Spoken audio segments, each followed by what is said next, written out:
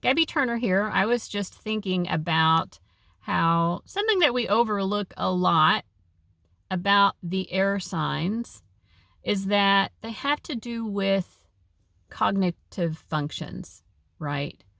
And, we think of things more in a psychological sense or a spiritual sense, but our cognition actually affects so dramatically our experience of living. So if astrology is meant to help us to understand what we're experiencing, why we're experiencing it, then our cognition is a very important part of that.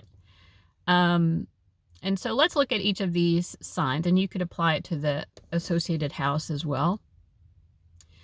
But first we have Gemini, right? So what aspect of cognition is Gemini primarily about? It's about the need to disseminate what is in the mind, right? Like if I'm thinking, it shouldn't just stay in my head all the time. There should be times when what I'm thinking should be broadcast to others. So that is an aspect of cognition.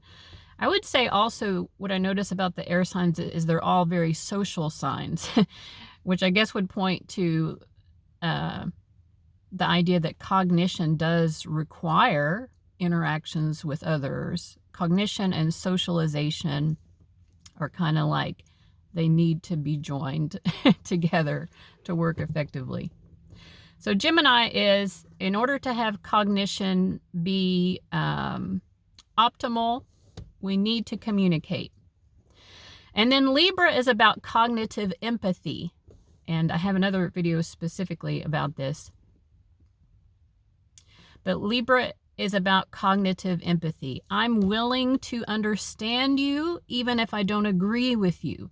I'm willing to understand where you're coming from, even though I'm coming from a totally different space, right?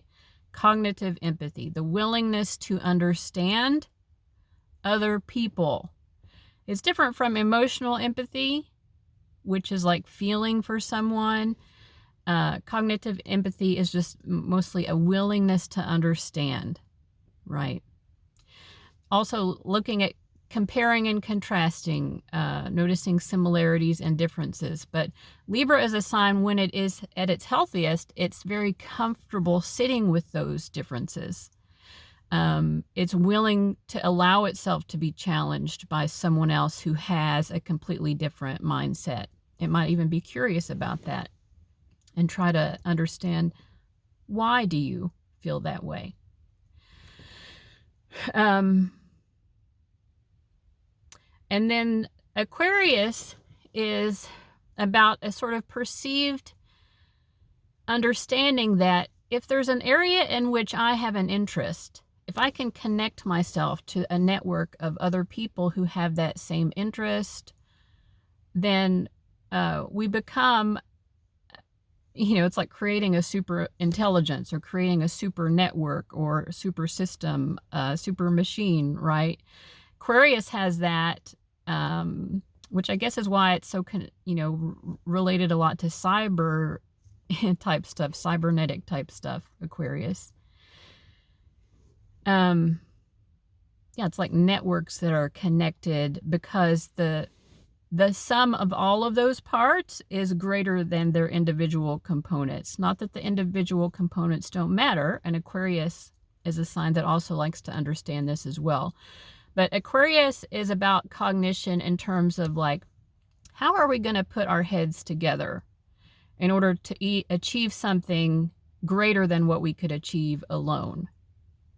That is cognition applied towards futuristic collective goals. So, yeah, I mean, to summarize, it seems like all of the air signs have to do with cognition, and they also have to do with a need to socialize with other people, that basically our experience is inherently intertwined with other people.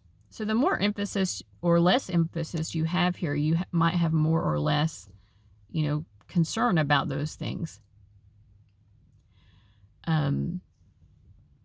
All right, so that's what I've got. I hope that it was helpful. Thanks for watching, and I'll see you later. Bye-bye.